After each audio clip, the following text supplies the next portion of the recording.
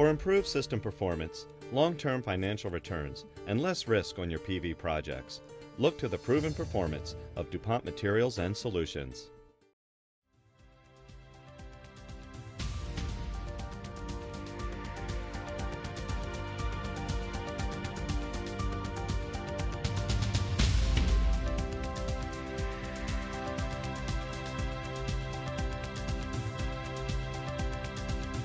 Hello and welcome to this week's PV Tech Newscast. Coming up, Yingli Green trumps Suntech in Q1 revenue, Motech pulls the plug on AE Polysilicon operations, and Germany breaks world record for solar power generation with 22 gigawatts.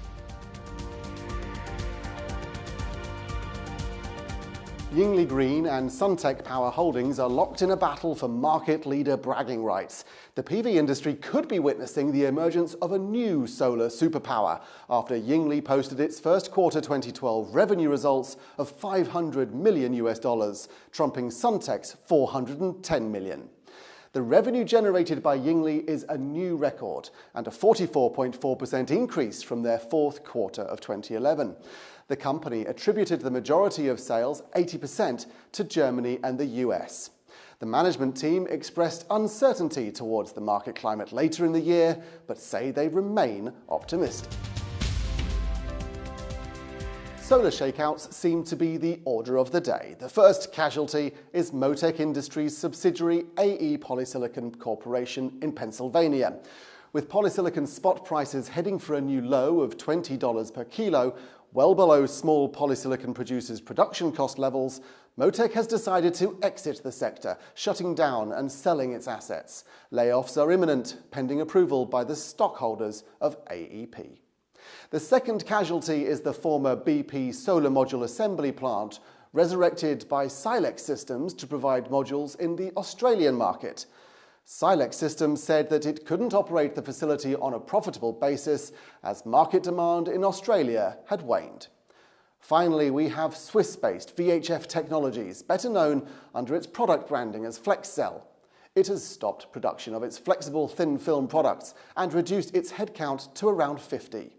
The move is designed to preserve cash after being thrown a financial lifeline by Capricorn Capital to the tune of $8.9 million.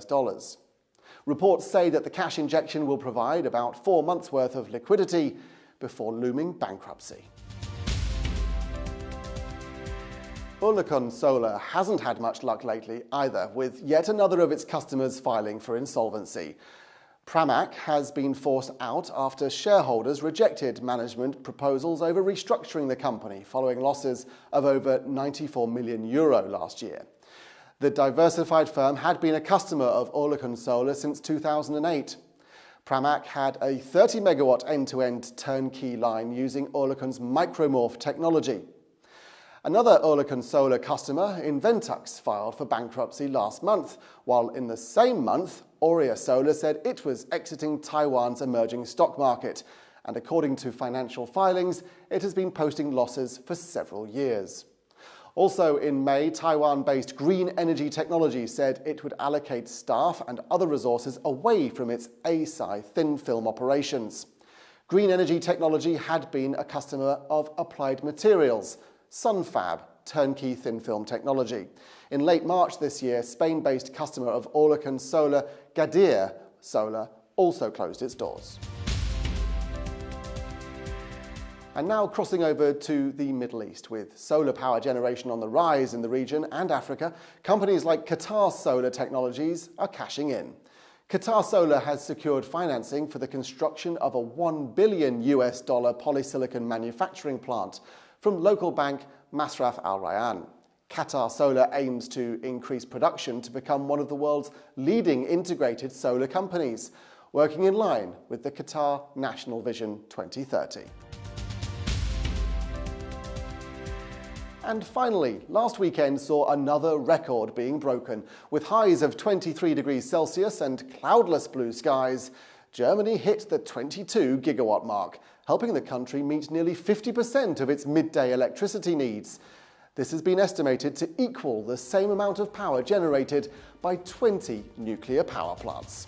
So on that positive note, it's time to say goodbye and see you next week.